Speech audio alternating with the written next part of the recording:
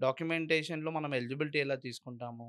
ఒకవేళ అప్లికెంట్ అయితే ఎలా? ఇందాక మీరు చెప్పినట్టు అప్లికెంట్ వాళ్ళ బ్రదరో గాని, వైఫో గాని అని చెప్పారు. సో, వాళ్ళని ఎలా తీసుకోవాలి? ఒకవేళ బోనసే గాని, ఇంకా ఏమన్నా అడిషనల్ కస్టమర్‌కి ఏదైనా సాలరీ పరంగా ఇన్సెంటివ్స్ గాని, బోనస్ గాని ఇవన్నీ యాడ్ చేసుకుంటే ఎలా ఉంటది అనేది ఇంకొద్దిగా డిస్క్రైబ్ చేయరా?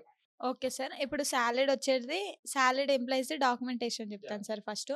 వాళ్ళది సేమ్ ఇప్పుడు పీఎల్‌కి ఎలా అయితే documents photo, PAN card, Aadhaar card, latest 3 months pay slips, latest 6 months bank statement, form 16 2 years vehicle quotation. Okay. ఇది compulsory new okay. Self employed వచ్చేసి సేమ్ ఆధార్, పాన్, ఫోటో, ఇక్కడ 6 months statement, business proof, ITRs 2 years, latest 2 years ITRs, okay. Vehicle quotation ఇవి self employed documents.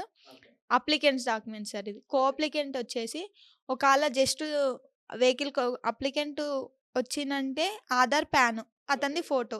Okay. ఒకాళ income వస్తే ఈ documents ఇంతకుముందు చెప్పిన documents. Okay. ఒకాళ అప్లికెంట్ సివిల్ పర్పస్ వస్తే సేమ్ ఆధార్, పాన్, ఫోటో అంతే ఓకే. సార్.